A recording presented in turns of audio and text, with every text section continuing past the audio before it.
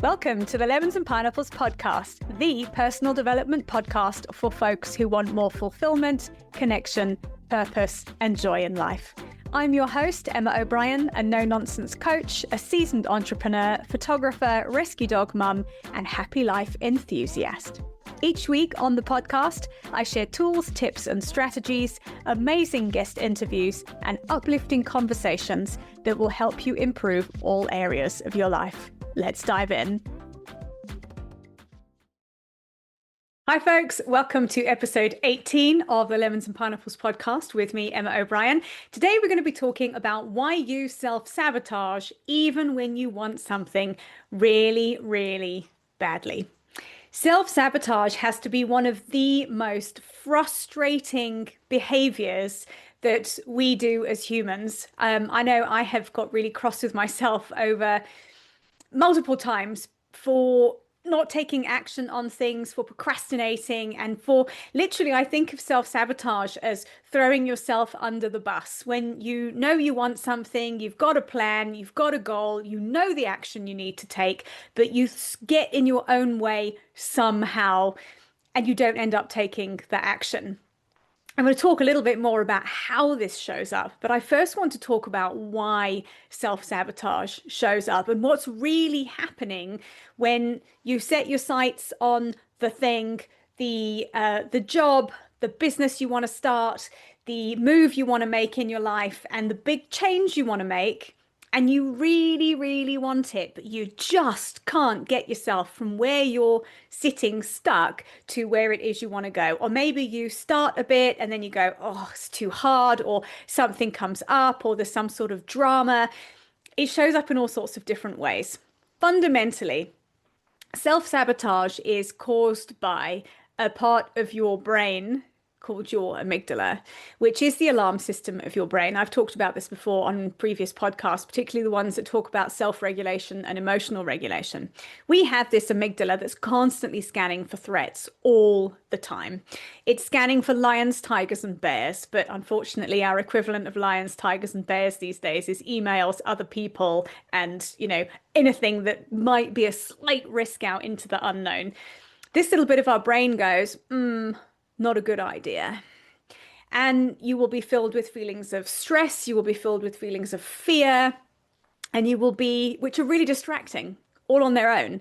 And this bit of your brain will do everything it can to make sure you don't take action into the unknown, because the unknown is scary as hell. And this is why people end up stuck in comfort zones for years, because they can't quite get past the fear of moving, because this little bit of your brain that needs to be regulated is running the show, and it is really frustrating. So self-sabotage is often a very unconscious thing until you bring it into your conscious awareness. Often the behaviors you do to sabotage yourself, you'll be completely unaware that you're doing them or how they're showing up, because it's just this unconscious, how do I, the amygdala going, how do I keep us safe? I know, let's throw some procrastination in the mix. I know, let's get distracted with something here. I know, let's talk ourselves out of it, because it's really, we really don't know what's going to happen when we make a big change. This is why change is so difficult, because it is fundamentally quite terrifying. Often when you want something, that's fantastic. So let's say, for argument's sake, I've got some clients at the moment who have come to me and they want to start their own businesses. But the self-sabotage I'm seeing is epic. We've got chronic anxiety showing up. We've got fear that is literally keeping people in a rumination loop. We've got an imposter that is just like, nah, you need to do more before you can step up and do this. And this is how it happens. And this is why no action gets taken, because we don't know, the amygdala doesn't know, if you take the action and start the business, what's going to happen to the rest of things. Because we know collectively, this is a collective we know that when you change one thing, lots of other things start to change as well. Often, I think, to jump onto a tangent here, when you're on a self-development journey and a personal growth journey, you change as a person. And that tends to change your relationship with the people around you. So it's literally this fear of, if I'm different, how's everything else going to be different? And what if I don't like it? So do you know what? Let's just stay exactly where we are. It's a big thing to get over self-sabotage behavior. Um, but once you get a handle on it, it's really, with some persistent effort, it's really quite easy to be able to move past it. And it's really your amygdala and your nervous system just trying to keep you safe. As annoying as it is, and as counterintuitive as it is, because we're safe in a comfort zone, but we're often stuck, unhappy, fed up, bored, miserable. So the key is to be able to regulate that bit of your brain and regulate your nervous system that's in a stress response, in a fight or flight response, because it's like, oh my God, I can't deal with the change. It's to do some self-regulation, which is a really big part of the work I do. I'm a heart math practitioner. And it's a set of tools that essentially teach you how to regulate your nervous system and your emotional reactions so this amygdala is not running the show the whole time. Let's talk about how self-sabotage shows up. Maybe you recognize some of these. Procrastination is a huge, huge self-sabotage behavior. When you're sitting down, you've written down your to-do list, you know exactly what you need to do, and then you think, oh, do you know what? I'm just going to go and make myself another cup of coffee, or oh gosh, maybe I'm going to tidy all the desk drawers, or let me just tend to my emails quickly before I get to this. It's finding every reason to do something else other than the thing that is going to move you forwards. People pleasing is a horrible little self-sabotage pattern. So often we'll be thrown off course by a request from somebody that you don't want to say no to. People pleasing is very tied up with a lack of boundaries. And then we end up doing everything for everybody else and not for ourselves. So if you're a people pleaser, what are you sacrificing with that people pleasing behavior? And what would you be doing instead if you weren't people pleasing? So it's a really interesting one to start to challenge yourself with that. Perfectionism. I see this often with people. So the clients I coach, predominantly female, and they're generally very, very accomplished, smart, brilliant women who will say things like, well, just need to get another certification before I can start. I'm not quite sure I'm ready. And I'll say to them, we've had a whole conversation about just how ready you are. If you go and do another certification, you're self-sabotaging, because this is a procrastinating behavior. Of perfectionism is procrastination.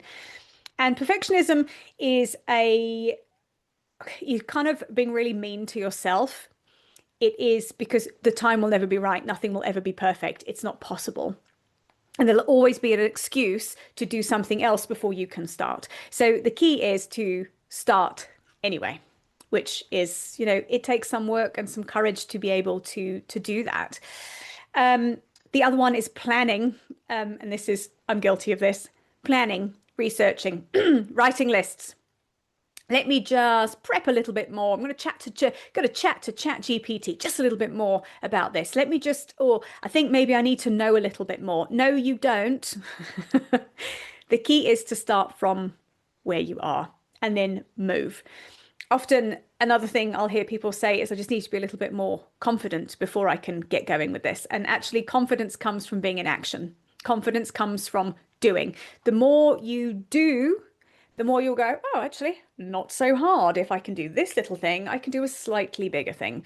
So confidence comes from being in action. So if you're telling yourself, I need to be more confident, you need to get more confident by taking action, not by sitting around thinking about taking action. That doesn't build confidence. It's called self-sabotage, people. So how do we go about uncovering and dealing with self-sabotage behaviors? Well, the first one is to start to build some self-awareness and be aware of your self-sabotage behaviors. What do you do to sabotage yourself? What are you doing right now in your life to stop yourself from moving forwards? What behavior pattern are you running that is stopping you from going after the thing you want? Everybody listening to this will have something that they want and some direction they want to be going in, but they're not going in that direction. What behaviors do you do to keep yourself stuck? Have a think about it, reflect on it. The second bit is to learn to really start to regulate your nervous system, regulate your emotions. And that begins with being able to feel them, name them, and understand what's happening in your internal landscape. When we know what's happening internally and you listen to it and you're aware of your own behaviors, when you've got it in conscious awareness, you can start to make changes. And it's incremental, it's not something you can do overnight. So it takes a bit of time, but self-awareness is key to being able to move yourself forwards.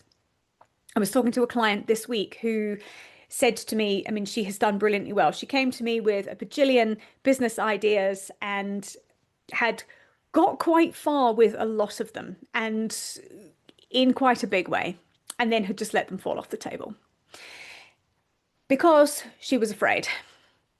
And she said to me, we've been working together for about 9 weeks now, and we have picked a business idea, fleshed it out, got a website, and she's got some customers. I mean, it's really, once you get into motion, it can be that easy. It doesn't have to be hard. And she reflected to me and she said, I've been sitting with this and I'm feeling anxious before I'm going to do stuff with clients. The business makes me, I've got a bit of fear riding along, but actually it's okay. And I said to her, unfortunately, the thing with fear is it will always be there. But when you can regulate it and not have it running the show, you can effectively have it riding as a passenger strapped quietly into the back seat whilst you drive. It will always be there when you're doing something new. When you are stretching yourself out of a comfort zone, fear is always going to be a passenger. It never goes away. But you can learn to quieten it down. That's the key with self-regulation and emotional regulation. It's really, really important. But you have to have the self-awareness of realizing, oh, I'm being driven by fear here to go and clean a drawer when I should be typing out a pitch for something. And then when you're aware of it, you can change it. And the last bit really with understanding and getting rid of self-sabotage is to have a look at what are the beliefs that you hold that are allowing that self-sabotage behavior to keep playing out. And this is, again, a big part of the work I do with people, because you can regulate as much as you want. And regulation is massively important. But if you don't actually unpack the fear belief that is driving your self-sabotage behavior, you won't actually really make any progress. You'll probably be stop, start, stop, start. And they're often beliefs like, I'm not good enough, I don't know enough, I need to be cleverer, success doesn't happen for people like me. Whatever flavor, there's always a little variation of flavor in the beliefs that we hold that keep us stuck. And those beliefs serve a purpose. They're beliefs that we've taken on board that have kept us safe in the past. They've kept us safe when we've been vulnerable. They've kept us safe and in our comfort zone when stretching out of it has maybe not been possible. It's felt too much. But if you want to go for something bigger in your life, you have to start reflecting on what is it I believe about myself that is holding me back, and how do I go about changing that? And that is something I spend quite a bit of time doing with the one-on-one coaching clients that I work with. I get people to learn to be more self-aware, to really tune into listening to their internal landscape, what's happening in your nervous system, what's happening in the emotions you're experiencing, and uncovering what beliefs are you running that don't serve you anymore. Often they're beliefs that we've picked up as children because somebody made a flippant comment at some point and our little selves went, oh, okay, I need to hold on to that. Then there's no negative consequences for me going forward. So it's unpacking stuff like that without obviously going into the complete psychoanalysis of it, because you don't need to. You often don't need to go digging around into why did I have this belief, but just remembering, oh, I had this because this happened and I don't need it anymore. I can put it down, I can reshape it, I can rewrite it, so I can actually move forwards in the direction I want to go and create the life that I want to have. So if this sounds like something that you would like to talk to me more about, if self-sabotage is causing you a problem and actually you've got to the stage of being so fed up of yourself, you are ready to make a change, please book a call with me. I offer a free strategy call for people to talk about how coaching might look like, what I could help you with. So you can go ahead and you can book that. The link is in the show notes.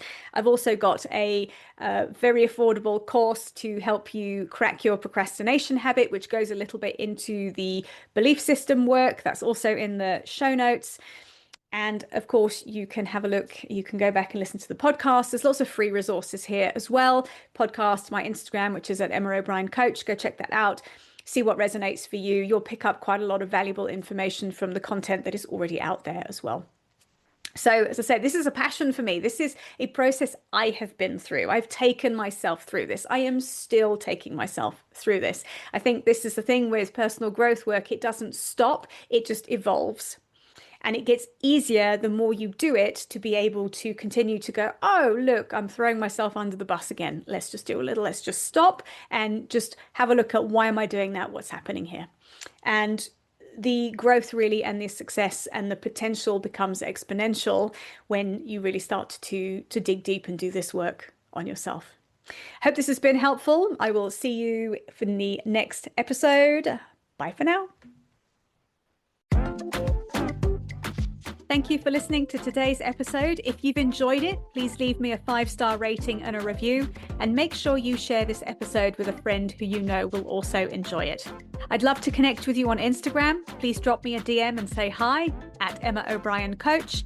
And for more information about coaching with me, please head to my website, which is emmaobrien.coach.com.